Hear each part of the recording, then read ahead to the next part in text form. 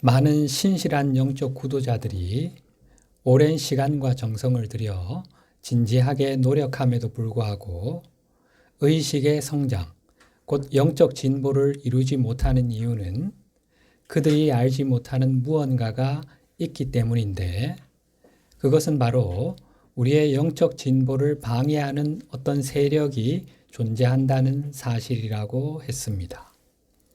그들을 가리켜 반그리스도 세력이라고 부를 수 있습니다. 이원성 세력 또는 어둠의 세력이라고도 부를 수 있지요. 예수님은 종종 이들을 마귀라 칭하셨는데, 마귀에 대한 가장 보편적인 해석은 반그리스도 의식 또는 이원성 의식이라고 할 수 있습니다. 의식의 어떤 상태를 의미하는 거지요.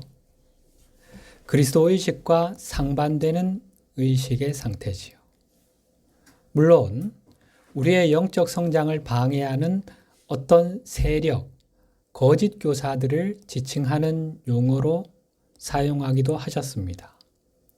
필멸의 자아, 에고지요, 영체들, 집단의식, 이 세상의 통치자, 그리고 반그리스도 의식에 완전히 사로잡힌 존재들, 물질계의 육화한 존재들도 있고 감정층, 멘탈층, 정체성층에 존재하는 그런 이들도 있지요. 마귀 또는 반그리스도 세력은 의식의 어떤 상태와 실제 존재하는 어떤 세력, 이렇게 두 가지 의미를 지닌 중의적인 표현으로 이해하시면 됩니다. 반그리스도 의식의 본질, 이원성의 본질은 실제를 숨기고 진실을 가리는 정신적인 이미지를 만드는 것이 가능하다는 것입니다. 반그리스도 의식 안에서는 거짓말과 속임수가 가능하다는 거지요. 반그리스도 세력은 아주 오랜 세월 동안 우리 지구에 존재해 왔으며 어둠 속에 숨어서 또는 천사의 모습으로 가장하고 나타나 우리 인류를 속여왔습니다. 이들은 수많은 거짓말을 만들어내어 우리를 속이고 우리의 의식을 이원성의 감옥에 가두어 왔는데, 그것은 우리를 조종하고 통제하여 우리의 에너지를 훔치기 위함이었습니다. 그 거짓말들에 속아 그것을 믿고 받아들이게 되면 우리는 꼼짝없이 그들의 지배하에 놓이게 됩니다. 그들의 노예가 되어 그들에게 양식을 제공해주는 먹잇감이 되는 거지요. 사실 그 존재들은 하나님의 자녀인 우리, 곧 신의 확장체요, 신과 함께하는 공동 창조자인 우리를 감히 지배할 힘이 없습니다. 따라서 그들이 우리를 통제할 수 있는 유일한 방법은 반그리스도의 거짓말로 우리를 속이는 것뿐입니다. 그러면 우리의 의식을 이원성의 감옥에 가두고 있는 반그리스도의 거짓말에는 어떤 것들이 있을까요? 대표적인 것 몇 가지만 들어본다면, 가장 대표적인 것, 우리는 하나님과 분리된 존재이며 내가 있는 곳에 하나님이 계시지 않는다는 믿음이 있지요. 분리의 환영이죠. 반그리스도 세력이 만들어낸 가장 대표적인 거짓말입니다.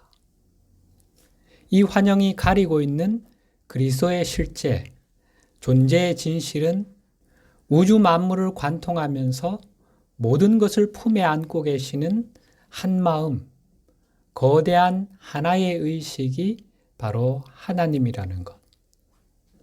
그 하나님에게서 나오지 않은 것은 아무것도 없다는 것. 그 하나님이 계시지 않은 곳은 없다는 것입니다.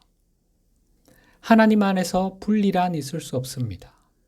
존재하는 모든 것이 신의 몸의 한 부분들이며 하나님의 지체라는 것. 이것이 존재의 실상입니다.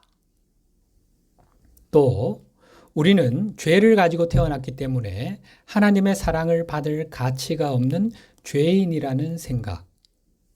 이 원죄 개념 역시 대표적인 반그리스도의 거짓말이지요. 이것은 모든 사람이 불완전한 상태에서 태어났기 때문에 구원받을 자격이 없다는 거짓말로 이어집니다. 그래서 예수님이나 교회와 같은 외부의 구원자나 중재자가 필요하다는 거지요. 지난 2000년간 수많은 기독교인을 완벽하게 속여온 거짓말이지요.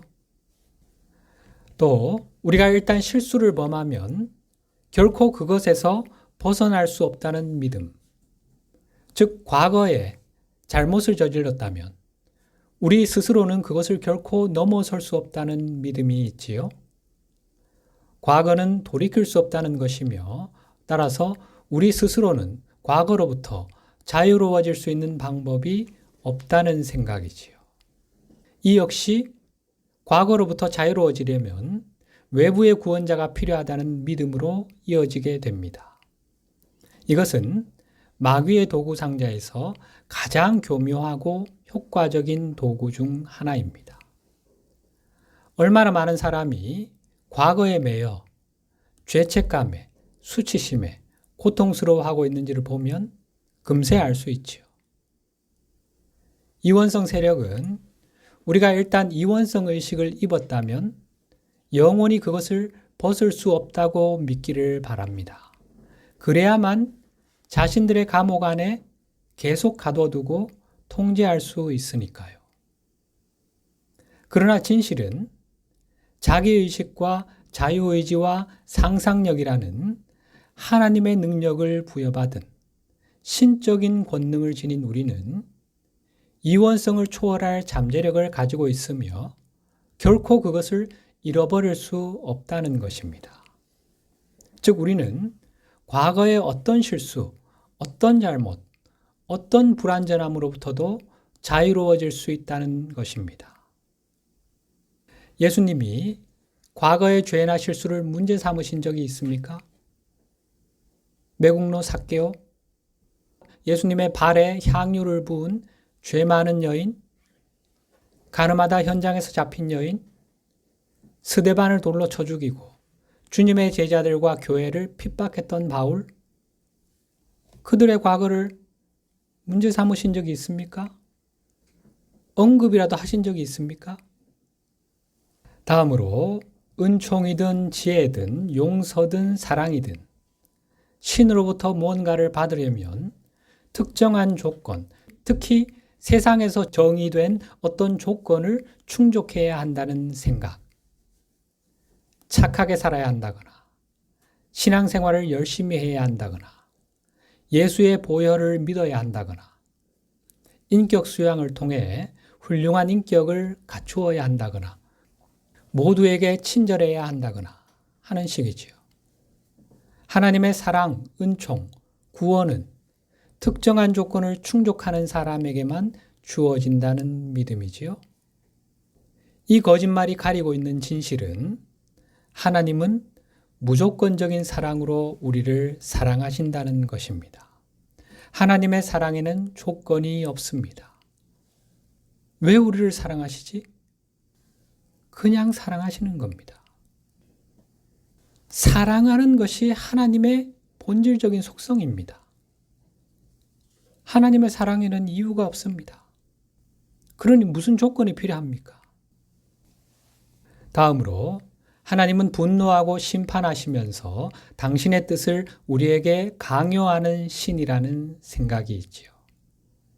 하나님은 당신의 품을 떠나기로 한 우리의 선택에 대해 우리를 비난하고 계시며 따라서 이제는 하나님께 돌아가도 우리를 받아주지 않으실 거라는 믿음입니다. 역시 반그리스도 세력이 만들어낸 대표적인 환영이지요. 예수님께서 탕자 비유를 통해 이 환영을 깨트려 주셨지요. 이것이 가리고 있는 그 이면의 실제는 하나님의 용서에는 한계가 없다는 것. 하나님은 우리의 자유의지를 절대적으로 존중하시기에 결코 우리를 강요하시는 법이 없다는 것입니다. 우리가 그릇된 길에서 스스로 돌이키기만 하면 7번씩 70번까지, 아니 그 이상이라도 무한히 용서하시고 용납하시는 분이 우리 아버지시라는 것이 이 왜곡된 신념 너머에 있는 그리스도의 실제입니다. 또 어떤 게 있을까요? 하나님은 불공정한 신이며 이 지구별에서 펼쳐지는 결핍과 고통의 삶에 대한 책임은 하나님에게 있다는 생각. 하나님은 우리에게 자유의지를 주지 말았어야 한다는 생각이 있지요. 또 우리는 우리가 통제할 수 없는 운명의 희생자, 삶의 희생자들이라는 것. 그래서 우리 자신의 삶에 대해 스스로 책임질 필요가 없으며 자신의 구원을 위해 할 수 있는 것이 아무것도 없다는 생각. 따라서 우리를 번쩍 들어서 하늘나라로 옮겨줄 외부의 구원자가 필요하며 그 초월적 존재가 나타나기를 가만히 앉아서 기다리기만 하면 된다는 믿음이 있지요. 우리 안에 있는, 내면에 있는 하나님 나라를 부인하고 오직 외부 종교를 통해서만 구원받을 수 있다는 믿음이 있지요. 내면의 그리스도를 부정하면서 진정한 종교는 하나뿐이라는 믿음. 자신이 그리스도가 될 잠재력이 있다는 사실, 곧 자신의 그리스도 잠재력을 부정하는 아이디어가 있지요.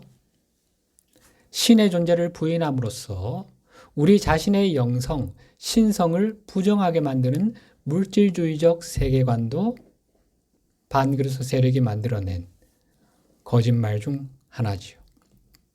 어둠의 세력이 공중권세를 잡아서 이 세상을 통치하고 있기 때문에 아무도 그들에게 도전할 수 없다는 생각, 우리에게는 그들을 당해낼 힘이 없다는 믿음이 있지요. 하나님은 우리에게 완벽함을 요구하신다는 생각, 우리가 하나님의 눈에 들기 위해서는 어떤 이상적인 인간상, 초인간적인 기대에 맞춰 살아야 한다는 믿음이 있지요. 예수 그리스도는 하나님의 유일한 아들이라는 아이디어. 예수님은 근본적으로 우리와 다른 존재라는 거지요. 따라서 우리는 결코 그분이 가신 길을 따라갈 수 없으며 그분의 삶을 감히 흉내낼 수 없다는 믿음이 있지요. 대의 명분을 위해서라면 폭력도, 심지어 살인도 정당화될 수 있다는 아이디어. 역시 반그리스도 세력이 우리 안에 심어놓은 대표적인 거짓말 중 하나지요. 신의 뜻을 위해서라면 모든 것이 정당화될 수 있다. 하나님의 영광을 위해서라면 사람을 죽이는 것도 의로운 행위가 될 수 있다. 바울이 속아 넘어갔던 거짓말이죠. 십자군 전쟁의 명분을 제공해 준 거짓말이기도 하지요. 물질, 명예, 사회적 지위 등과 같은 외적 조건들이 충족되어야 행복해질 수 있고 마음의 평안을 얻을 수 있다는 생각. 또 외부 상황을 통제하지 않는다면 내 마음을 다스릴 수 없다는 신념이 있습니다. 외부 상황, 외적인 환경이 내면의 상황을 지배한다는 생각이지요. 바로 이런 믿음이 우리를 현재의 딜레마에 빠뜨렸습니다. 우리는 결코 외부 조건의 결과로 행복하게 되지는 않습니다. 진정한 행복과 마음의 평화는 우리 내면에서 옵니다. 이외에도 무수히 많은 반그리스도 거짓말들이 있지요. 우리가 계속해서 배워가고 있습니다. 갈수록 더 교묘한 거짓말, 더 보기 어려운 환영들을 공부하게 될 겁니다.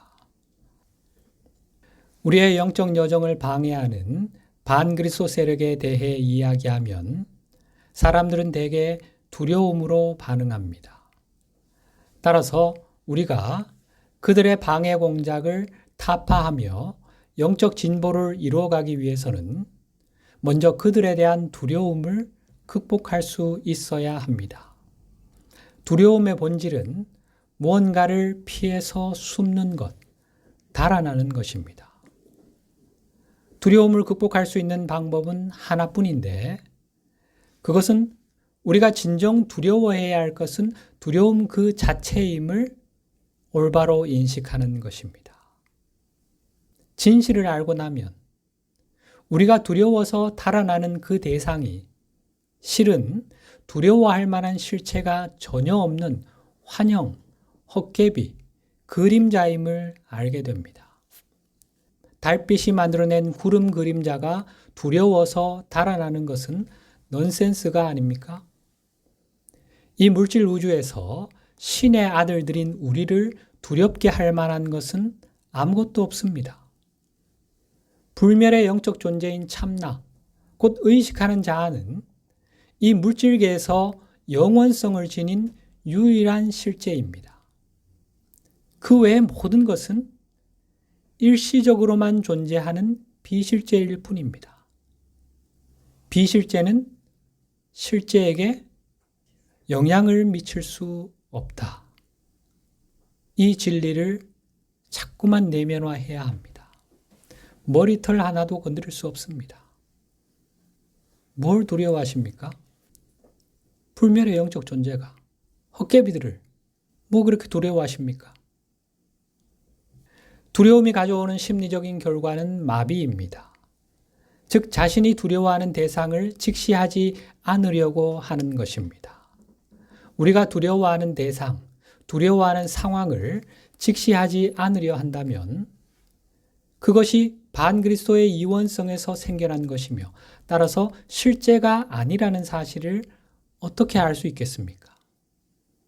우리가 두려움에 마비되어 두려워하는 그 상황을 정면으로 바라보지 못한다면 실체하지 않는 그 상황이 우리를 지배하는 힘을 가지고 있다는 그 환영을 어떻게 극복할 수 있겠습니까?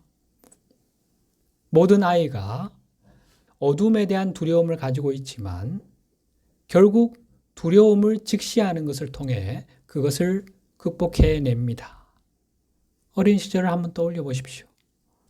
밤에 그렇게 밖에 나가보거나 어두운 방에 들어가서 별일이 일어나지 않는다는 것을 직접 확인하고 경험하면서 두려움을 극복해 나갑니다. 중세시대 사람들이 박테리아에 의해 질병이 발생한다는 사실을 알지 못했기 때문에 많은 질병을 두려워했던 것을 기억하지요. 식수에 우리의 건강을 위협하는 박테리아가 있을 수 있다는 사실을 알고 나자 사람들은 물을 정화하는 방법을 배워 콜레라를 비롯한 여러 질병에 대한 두려움을 극복했고 많은 질병을 몰아낼 수 있게 되었습니다. 두려움은 우리를 결박하여 꼼짝 못하게 만들며 정신적인 감옥에 가둬버리는 힘입니다. 우리를 인간이라는 감옥에 계속 갇혀있게 만드는 주된 요인이 바로 두려움입니다. 그래서 우리가 진정 두려워해야 할 대상, 경계해야 할 대상은 두려움 그 자체뿐이라는 것입니다.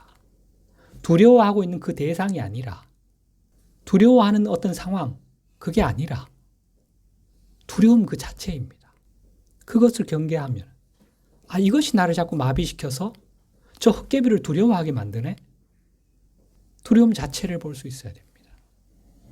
그러면 무엇이 우리를 이 감옥에서 해방해 줄까요? 주님의 말씀처럼 진리가 우리를 자유롭게 해줄 수 있습니다. 요한복음 8장 32절 진리를 알지니 진리가 너희를 자유롭게 하리라. 우리를 자유롭게 해줄 그 진리를 찾기 위해 우리는 자신의 두려움을 기꺼이 살펴봐야 하며 우리를 두렵게 하는 상황을 직면해야 합니다. 그 상황의 실체를 알게 되면 두려워할 이유가 없음을 깨닫게 됩니다. 그토록 무섭게 보였던 상황의 실체가 무엇인지 일단 알고 나면 그 상황을 극복하고 놓아버릴 수 있는 방법을 알게 됩니다. 이렇게 자신의 두려움을 직시하면서 두려워할 이유가 없음을 알게 되는 것이 영적 여정의 핵심입니다. 어떤 상황도 두려워할 이유가 없음을 깨달음으로써 우리는 인간적인 제한과 한계를 극복하고 풍요로운 삶에 한 걸음 더 가까이 다가설 수 있습니다. 동족에게서 매국노라는 비난과 따가운 시선을 받으며 살아온 삭개오는 아마도 늘 두려움에 시달렸을 겁니다. 삭개오란 이름에는 순전한 사람, 의로운 사람이란 의미가 들어 있습니다. 그의 부모는 아들이 하나님 앞에서 순전하고 의로운 사람이 되기를 바라는 마음으로 그런 이름을 지어줬겠지요. 그런데 부모의 간절한 기대와 소망이 담긴 그 귀한 이름 앞에 언제부턴가 매국노란 딱지가 붙어버렸습니다. 로마 제국의 앞잡이가 되어 동족에게서 세금을 뜯어내는 세리장의 자리에 올랐으니까요. 삭개오의 마음이 어떠했을까요? 나는 동족의 고혈을 빨아먹는 흡혈귀 같은 존재가 아닌가? 어쩌다 내가 이렇게 되었나? 하나님은 분노하고 심판하고 징계하는 분이시라는데 내 영혼의 운명은 어찌 될까? 지옥에 내 자리가 마련되어 있지 않을까? 그런 생각을 멈출 수 없었을 겁니다. 왜냐하면 삭개오는 천성이 선하게 타고난 사람이었으니까요. 그러니까 예수님을 어떻게든 만나보려고 하고 키가 작아서 예수님이 보이지 않으니까 나무 위에까지 올라가서 예수님의 모습을 보면서 저분이라면 내 마음을 알아주실까? 내 마음의 이 고통을 알아주시고 치유도 해주실 수 있지 않을까? 그런데 삭개오를 두렵게 하는 그 대상, 그 상황이 뭐지요? 심판하는 하나님. 그리고 그 하나님에 의해 지옥에 던져지는 것. 그 상황이 두렵지요. 너무나 두렵습니다. 그런데 이것이 진실입니까? 나의 이 생각, 신념을 밝혀내었으면 이것이 진실인지 아닌지를 따져봐야 합니다. 찾아야 됩니다. 이것이 실체가 있는 것입니까?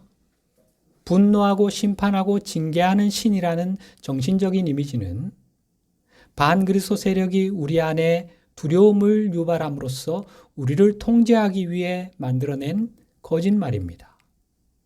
그런 하나님이 우리를 지옥에 던져 넣으신다는 믿음 역시 아무런 실체가 없는 환영일 뿐입니다. 이 거짓 믿음을 놓지 못하는 한, 이것이 환영임을 꿰뚫어 보지 못하는 한, 우리는 두려움에서 벗어날 수 없습니다. 그런데 이것이 거짓임을 환영임을 깨닫기 위해서는 그것을 살펴봐야 합니다.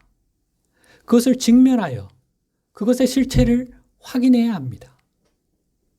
그러나 삭개오는 자신이 두려워하는 그 대상과 상황을 직면하려 한 적이 없었을 겁니다. 어린 시절부터 부모와 사회에 의해 주입된 프로그래밍된 그것이 실체가 있는 진실인지 아무런 실체가 없는 거짓인지를 살펴보려 한 적이 없었을 거라는 말입니다. 그럴 엄두도 내지 못했겠지요.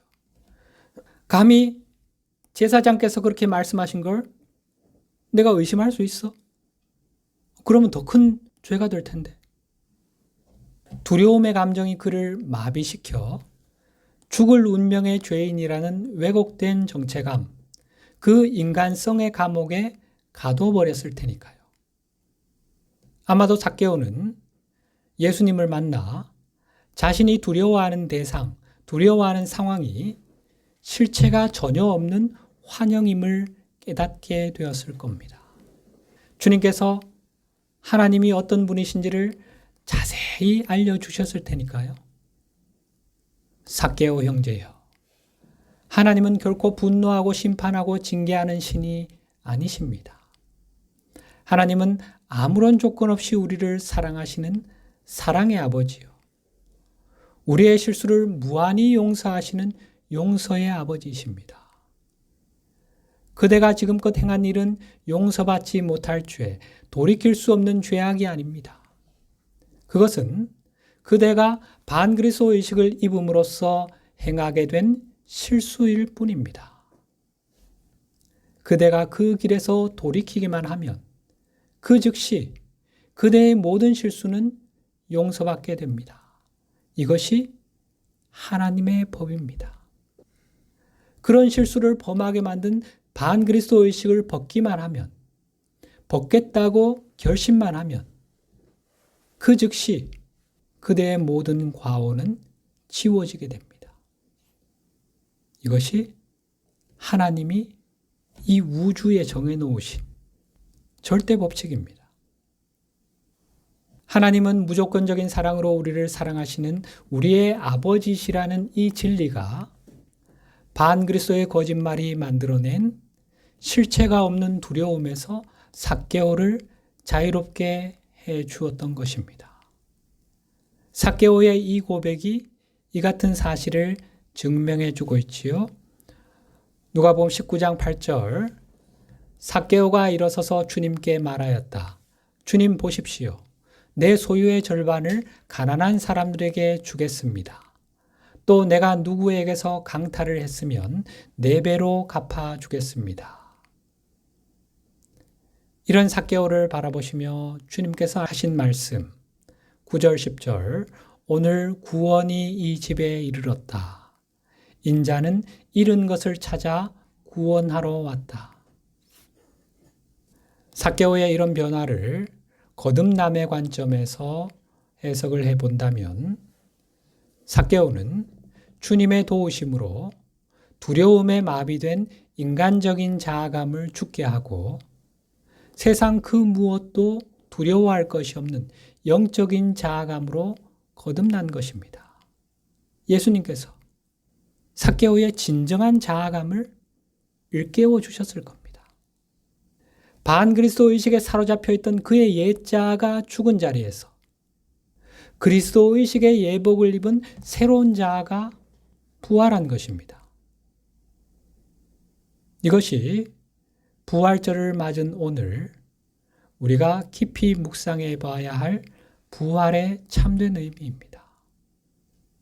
물론 참된 영적 여정, 부활의 여정을 이제 막 시작하겠다고 삭개오는 결심한 거지요. 생명의 길을 향한 첫걸음을 뗀 것입니다. 첫걸음이 중요하지요. 시간이 걸리는 인내를 요하는 길이 될 겁니다.